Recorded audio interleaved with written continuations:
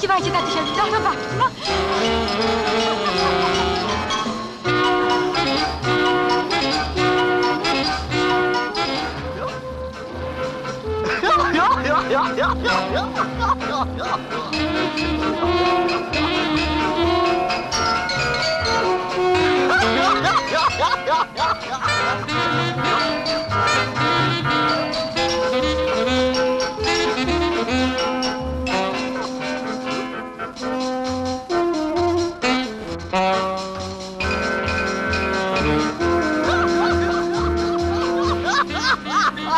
Kupa wariatów! Kupa wariatów!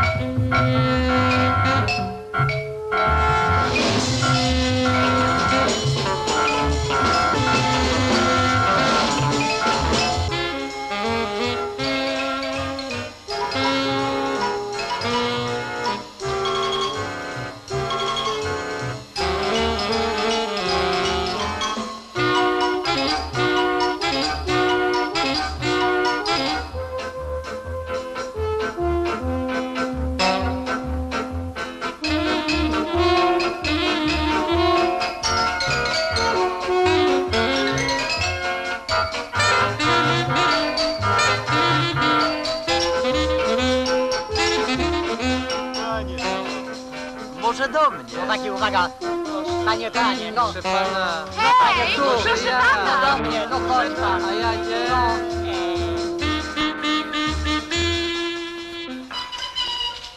A, cieszę się, że pana widzę. Przepraszam, że pana fatygowałem aż tutaj. Mam się zająć pańskimi sprawami, czy tak? Tak, wie pan, nie mam w tej chwili do tego ani głowy, ani czasu. Rozumiem, rozumiem. Ja jestem kierowcą rajdowym. Może pan słyszał zespół braci Fox Fox? A tak, oczywiście słyszałem. Otóż już nie ma zespołu. Pański brat uległ wypadkowi? No to serdecznie współczuję. No, mówi się, trudno, jeździ się dalej. Fajny był chłop, no ale cóż, wypadek, widzi pan. Dopiero wczoraj wyjęto mi szwy. Muszę teraz trenować jak diabli, jestem zupełnie bez formy. Rozumiem. Więc co mogę zrobić dla pana? Proszę pana, to jest tak, ja jestem kawaler, mój brat był żonaty, ubezpieczyliśmy się na krzyż, to znaczy jeżeli ja zginę, on bierze całość, jeżeli on, to ja biorę połowę, a jego żona połowę, znaczy ta wdowa po nim, rozumie pan? Tak. Może papierosa? Nie, dziękuję, nie palę. Słowem ubezpieczenie robi pewne trudności. Nie chcą wypłacić premii? Odmawiają, nie odmawiają, ale kręcą. Chcą zapłacić część. Część. Jak to część? Z tytułu ubezpieczenia na życie część? Na to wychodzi. No a jak oni to uzasadniają? No, kto by ich tam zrozumiał? Wychodzi niby na to, że brat nie całkiem umarł. Nie całkiem. Jak to nie całkiem? No przecież nie żyje. A został pochowany? No, wiele tego tam nie było do chowania, ale pogrzeb był. Bratowa była, ja nie mogłem. Sam pan widzi. Doktor mówi, że nie dało się go wyciągnąć. Robił co mógł, nie wyszło. Powiada, że jego obowiązkiem jest ratowanie życia przede wszystkim. No to wziął i uratował. Doktor Barton, ten chirurg. No tak. Transplantacja, rozumiem. No a dlaczego Towarzystwo Ubezpieczeniowe nie chce płacić? A ja się też pytam, powinien ich pan zmusić. Niech płacą. Wdowa jest? Jest. Dzieci są? Są. Ja jestem? Jestem. I do tego wpadłem w długi. Za tydzień nowy rajd, muszę mieć nowego pilota. Jestem kierowcą rajdowym, nie wyścigowym. Uważa pan, muszę mieć pilota, no nie? Istotnie, żadnego podobieństwa nie widzę. Tak, brat był wysoki brunet, ja jestem blondyn. Czy można wiedzieć, jakie jest stanowisko pańskiej bratowej? Stanowisko czeka na pieniądze, musisz czegoś żyć, no nie? Naturalnie, ale chodzi mi o to, czy ona uważa się za wdowę? A za co się ma uważać? Mąż nie żyje, to żona wdowa, no nie? Zapewne, panie Fox. No odnoszę wrażenie, że oddał pan sprawę we właściwe ręce. Panie Fox, obiad.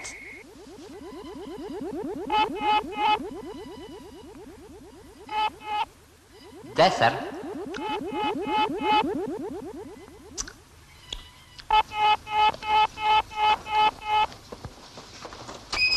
Pan do mnie, słucham. Panie doktorze, jestem adwokatem Ryszarda Foxa. On i jego brat byli przez pana operowani. Chodzi o to, że Towarzystwo Ubezpieczeniowe... Zaraz. Siostro, poproszę karty chorobowe Foxy Fox.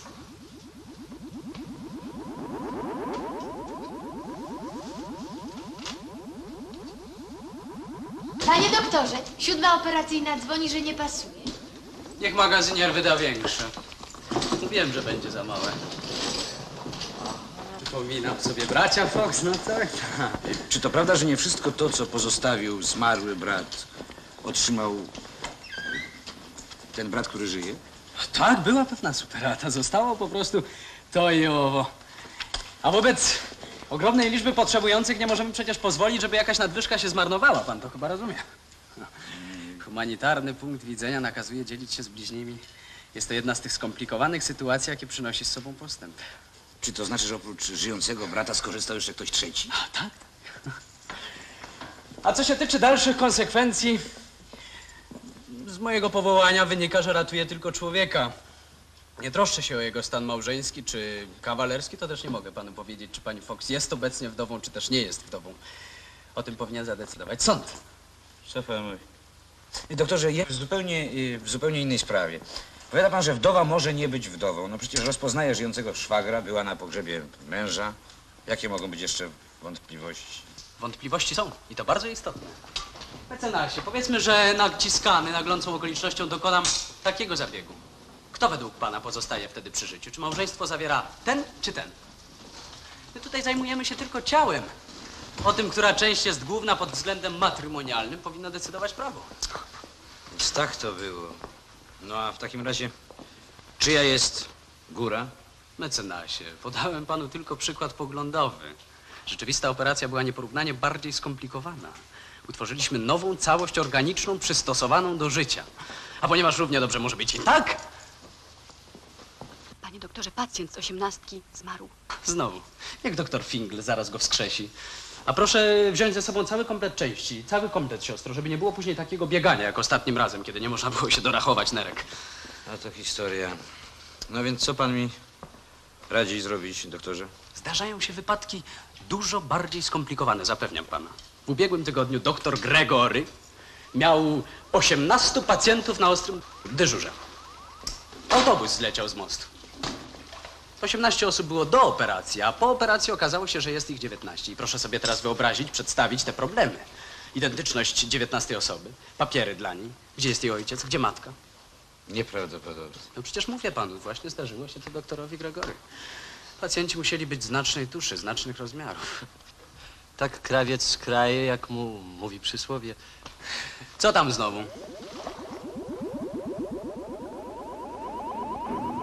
Mnie puścić, puścić, proszę.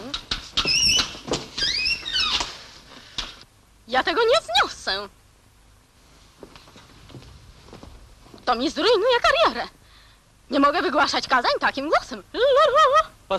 Pastorze, mówiłem panu, że to jest do odrobienia. Kolego, zajmijcie się nim.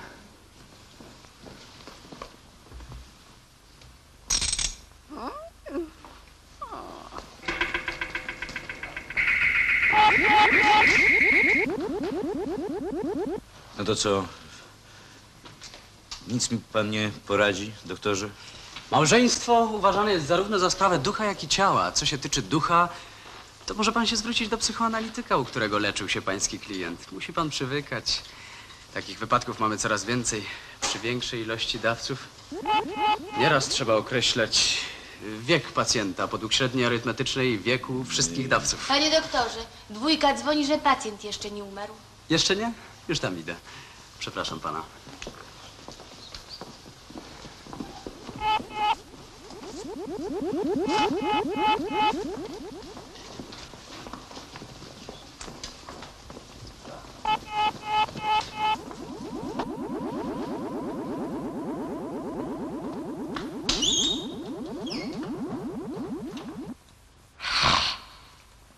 Panie Fox? Spacer. Panie Fox, Czy co? czy pan jest całkowicie pewien tego, że pan jest Ryszardem Foxem, a nie Tomaszem? Jak mogę być Tomaszem? Brat był pilotem, ja jestem kierowcą. Zresztą jest dowód. Jaki dowód? No wdowa i dzieci. Zostały sieroty, no nie? A, naturalnie. A więc wszystko zostanie dokładnie wyświetlone i mam nadzieję, że wszystkie sprawy ułożą się po pana myśli. Niezwłocznie będę interpretował ubezpieczenia. Ściskam pana. Nereczka? Może coś do kompleciku? Coś poważnego? Serduszko potrzebne? Sprzedam niedrogo. Mam wszystko. Jak nowe. Pierwsza jakość. Niech pan kupi. No co? U mnie. Lepsze. Dajcie mi spokój.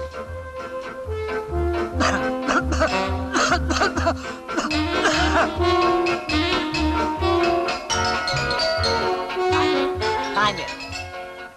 Patrz pan, jakie narządy czyste. Dziękuję złoto. ci, moje dziecko. Dla pana tylko. Pan szanowny nabywa, czy też może odstępuje? Płacę najwyższe ceny.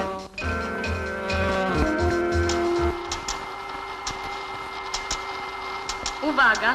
Meldunek ze szpitala stanowego dotyczy ubezpieczeń polisa numer 673 oraz 1197. Ja w sprawie Ryszarda Foxa. Down, rzecznik prawny Towarzystwa Ubezpieczeniowego Consolidated. Saldo dodatnie. Uwaga! Meldunek ze szpitala stanowego dotyczy ubezpieczeń polisa... Tak, znam tę sprawę i nie należy jej podawać do sądu. Pewna przegrana. Dlaczego? Dlaczego? Ponieważ bracia Fox ubezpieczyli się na życie. Nie od wypadku. Rozumiem, to co z tego? A kto żyje? Żyje ten, którego organa życiowo niezbędne żyją. Miejsca, w którym się znajdują, są bez znaczenia. Tu czy tam, to dla nas bez różnicy. Grunt, że żyją. Skoro żyją, to żyje i sam ubezpieczony. W odpowiednim, ma się rozumieć, stosunku procentowym. Proszę pana, ale przecież nie możemy żywego człowieka dzielić na procenty. Owszem, owszem. Mogę panu przedstawić saldo. Panno Land, poproszę aktywa osobiste Tomasza i Ryszarda Foxa. Tomasz Fox, proszę.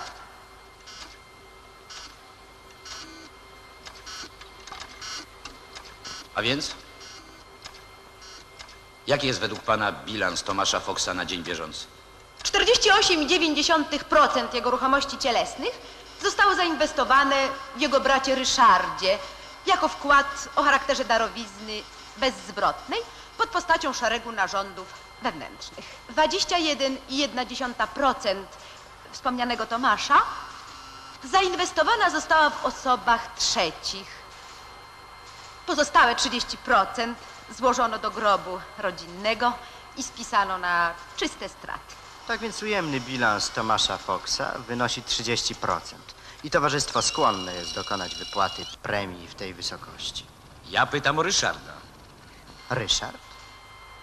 Przecież pan sam twierdzi, że Ryszard żyje. Więc jak możemy dokonać wypłaty jego premii? Ależ Tomasz nie żyje. Owszem, Tomasz nie żyje w 30%. To wszystko. Cała jego reszta została zainwestowana i ma się doskonale. Do widzenia pan. Do widzenia.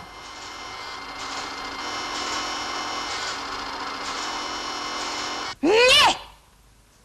Przyszłam tylko po to, żeby panu powiedzieć, że on się tak łatwo nie wykręci. Ależ pani Fox, kto taki? Ryszard? To jeszcze kwestia, czy Ryszard. A pani ma wątpliwości? A co mi tam wątpliwości? Mnie wszystko jedno. Jeżeli to Ryszard, to niech odda całą forsę z ubezpieczenia. Za wszystko, co ma po moim mężu. Ale jeżeli to Tomasz, to niech nie wyrzuca pieniędzy na hotel i na adwokatów, tylko niech wraca do żony i do dzieci. Zaraz, chwileczkę. Albo się pani uważa za wdowę, albo za mężatkę. Jeżeli pani jest wdową... Wiem. Chce mnie pan skołować. Nie uda się. Żadnych dyskusji nie będzie. Mam swego adwokata. Czekam do soboty. Potem będziemy rozmawiali, ale w sądzie.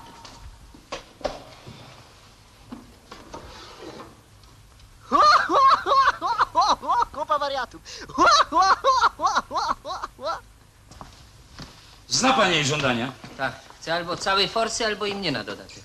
No co, będę się musiał chyba na to zgodzić, nie? Zawsze jako mąż będę bliżej tej forsy. Co pan mi radzi? Drogi panie Fox, muszę pana zmartwić. To nie jest takie proste, jak pan myśli. Niestety nie udało się stwierdzić, czy pan żyje, czy też pan umarł. Proszę. No proszę się tylko nie przejmować. Pod względem duchowym jest pan Ryszardem Foxem, zapewne, ale pod względem cielesnym... Zaraz, kim ja właściwie jestem, co? Na rozprawie musi powstać problem ojcostwa, panie Fox. Otóż pod względem duchowym nie jest pan ojcem dzieci, ponieważ nie zamierzał pan mieć dzieci ze swoją bratową. Nieprawdaż? Kupa wariatów. No, pewnie, że nie chciałem. To są dzieci brata. Zaraz. Ze stanowiska pańskiej psychicznej decyzji nie jest pan ojcem tych dzieci, także w sensie prawnym.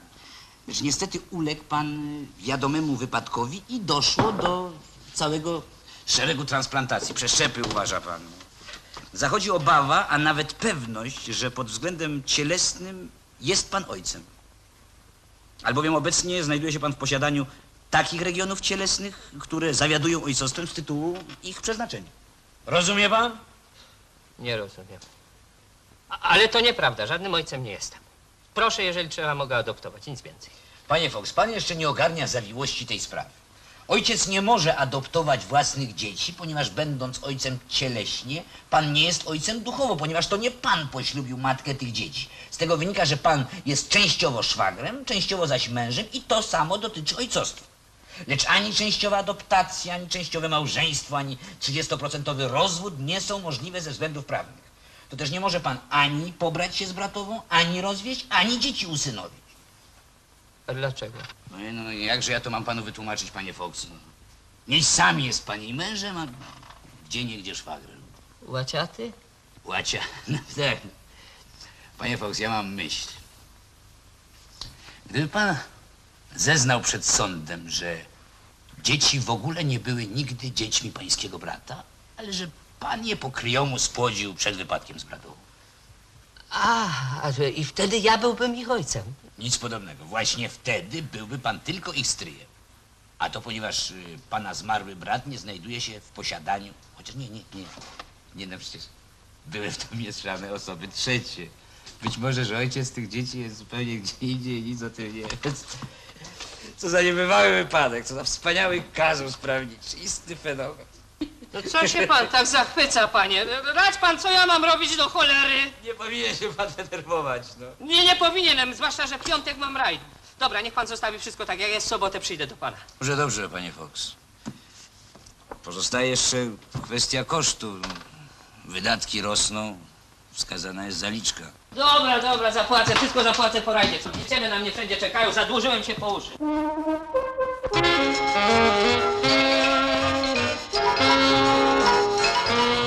Zobaczyć, no ach! Tyle forsy!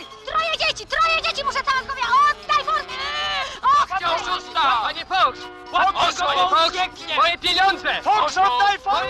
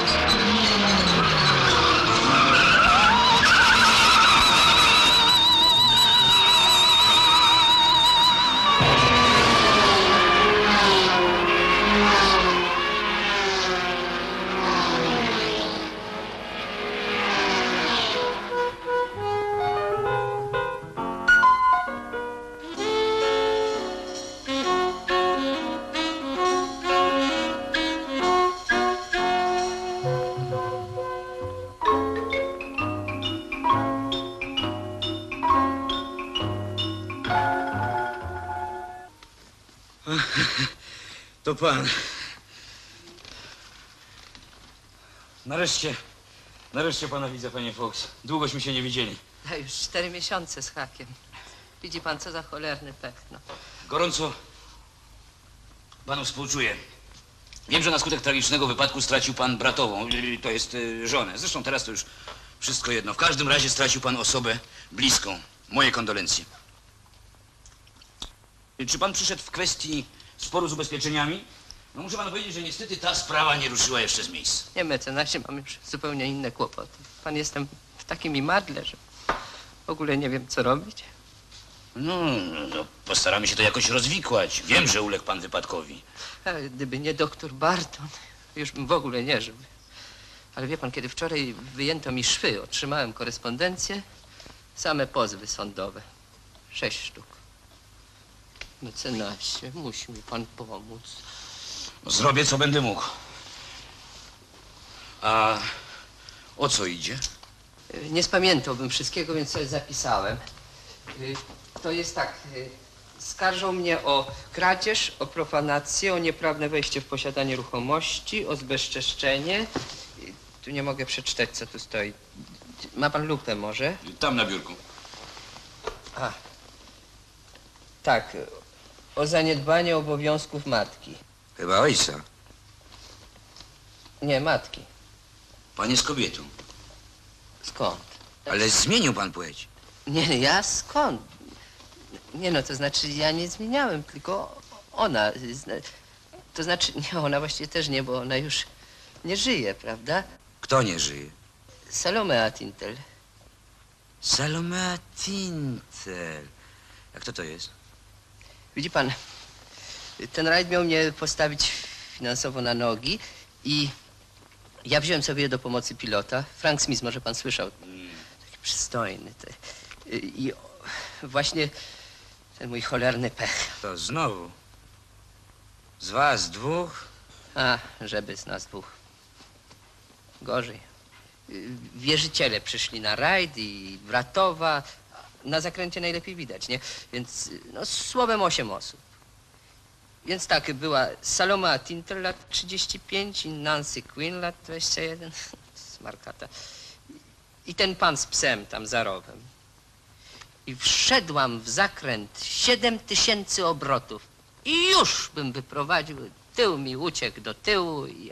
A, rozumie pan. Rozumiem. No, wierzycieli niby się pozbyłem. Bratowej też. Jakże panu współczuję. Bratowej też. Więc kto właściwie pana skarży i o co? Narzeczony ty, Nancy Quinn. O zwrot bezprawnie przywłaszczonego złota. Jakiego złota? Tego. No, on jest dentystą i właśnie mieli się pobrać i po narzeczeńskiej przysłudze tak powstawiał jej to i owo. Wszystko na złocie i teraz chce, żebym ja mu to oddał. Pan jemu? Tak. No mówi, że to narzeczeńska przysługa, a ja nie jestem jego narzeczoną. No niby racja, no ale przecież ja tego nikomu nie brałem, prawda? Ja nikogo o to nie prosiłem. Ja nie zamawiałem żadnych złotych koronek. No i dlaczego ja mam teraz oddawać? Dlaczego? No, niewątpliwie osobliwa sprawa. Czy to są już wszystkie roszczenia przeciwko panu? Panie Fox! Skąd? Teraz ta kobieta, ta Salomea Tintel, której na oczy w życiu nie widziałem. Teraz jej stryj żąda, żebym mu ułożył na utrzymanie jej dzieci. Tak. Rozumiem, ponieważ pan spowodował wypadek. Nic pan nie rozumie. Komisja stwierdziła, olej był rozlany. Rozumie pan? Tylko nie mam płacić jako, że spowodowałem wypadek, tylko jako matka. Znaczy jako kontynuacja matki. Kontynuacja matki? A któż wymyślił to określenie? No mecenas tego stryjaszka. O jaką matkę chodzi? Z panem się rozmawia, mecenasie. No ta kobieta, pani Tintel, miała 3 dzieci. Była schorowana na reumatyzm. Jak dzisiaj idzie na zmianę, to mnie, proszę pana, tak w kolanach łupie, że ani sprzęgła, ani gazu nie czuje. No, rozumie pan, jakie to dla mnie fatalne. To znaczy, że pani Tintel, czy jej nogi Nie tylko nogi, gdzieś mniej więcej dotąd. Ale wie pan, taki reumatyzm, takie to schorowane. A teraz ten stryj, proszę pana, żąda, żebym ja się opiekował dziećmi agrodzonymi. Ale przecież pan ich nie urodził. Nie, ale pani Tintel, jak jeszcze chodziła po świecie. Widzi pan, teraz ten stary przysłał mi taki list z pogróżkami. Proszę, niech pan czyta, proszę. Albo będzie pan utrzymywał dzieci, albo zmuszę pana, żebyś złożył doczesne szczątki mej nieodżałowanej bratanicy do grobu rodzinnego. Nie pozwolę, aby ktoś wywijał resztkami drogiej zmarłej. No i co pan na to? Jacy ci ludzie są bezwzględni. Pozwoli pan, że zanotuję. A zatem, panie Fox, skoro pan już wszystko wyjaśnił, przystąpię do działania. Jak to wszystko? A rodziny wierzycieli, a doktor Barton, a pies? Jaki pies? Tak, to już z powietrza wzięte. Nie wiem o żadnym psie, ani doktor Barton też go nie widział. Pies rasy bokser. To wszystko? Tak,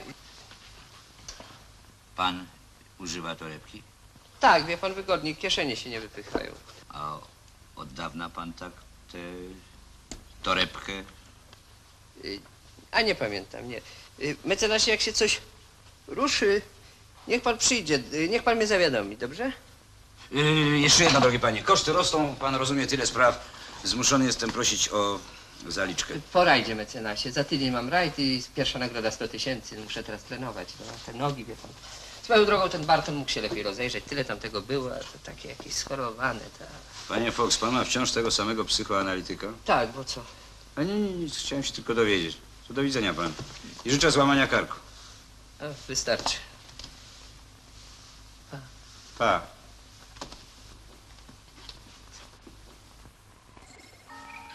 Doktor Benglow? Psychoanalityk. Jestem adwokatem Foxa, Ryszarda Foxa. To pański pacjent. Tak, oczywiście. Zaraz tu będzie. Jest uwikłany w cały szereg spraw sądowych. Uległ wypadkowi. Przeszczepy, uważa pan. Sąd może powołać biegłych i wydać orzeczenie. Jako jego obrońca muszę być na to przygotowany. Tak, oczywiście. Mam tutaj materiały dotyczące Foxa. Ale to niestety tajemnica lekarska. Panie doktorze, jestem jego adwokatem i działam wyłącznie na jego korzyść. No tak, tak, naturalnie. No więc mam tu zarejestrowane fragmenty kuracji Foxa. No, co prawda sprzed 2 lat. Stosuję metodę wolnych skojarzeń. Wie pan, na czym polega ta metoda? Ja mówię jedno słowo, a pacjent odpowiada pierwszym, któremu przychodzi do głowy. A znam, oczywiście znam. Zechce pan posłuchać. Noc. Reflektory. Ciemność. Bezpieczniki. Jak to bezpieczniki? No widocznie światło nawaliło, jak jest ciemno, nie? Idziemy dalej. Uwaga. Kapelusz. Zawory. Jak pan kojarzy kapelusz z zaworami? Zwyczajnie kapelusz to cylinder, w cylindrze są zawory. Uwaga. Krew. Stop. Dlaczego stop? No bo czerwone światło. Trójca święta. 2. Co za 2? Drugi bieg. Karambol. Karburator. Cała symbolika freudowska sprowadzała się u niego do silnika samochodowego. Nawet drążek. Uważa pan? To była dla niego tylko dźwignia zmiany biegów.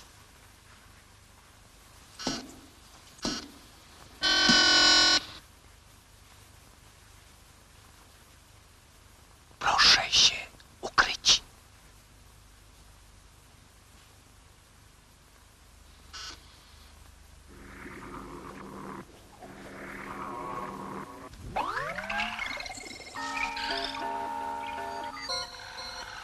Relaks, relaks, relaks. Relaks, relaks. Kapelusz? Lalka. Kwiat. Organy. Dlaczego organy? A nie wiem, tak mi się jakoś powiedziało. Tłok. Obrączka. Atrament. Sakrament. Relaks, relaks. A więc, doktorze?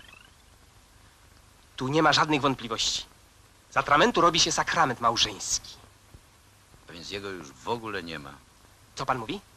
Jak No to jasne. nie ma go? No jasne, została ta dziewczyna, ta Nancy Quinn. Ta, co miała wyjść za dentystę. Nie, takie proste to nie jest. Powiedziałbym tak.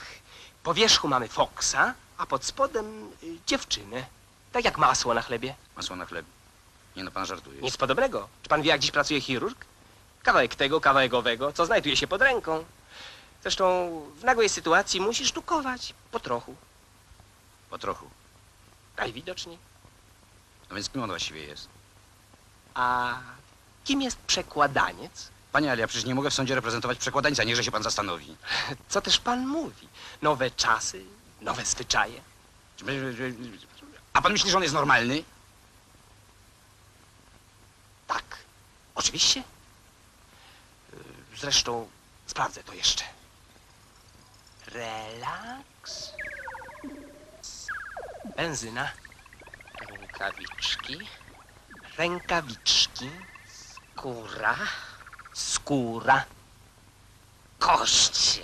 Dlaczego kość?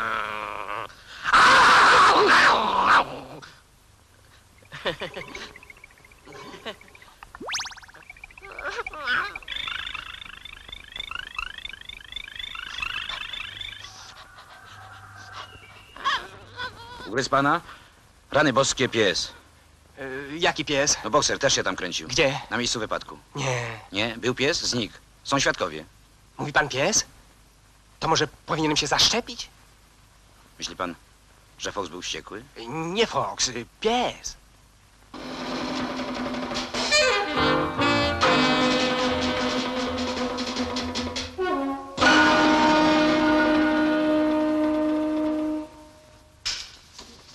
Panie mecenasie, pan Fox przyszedł. Przyszedł? Wreszcie. Prosić, prosić.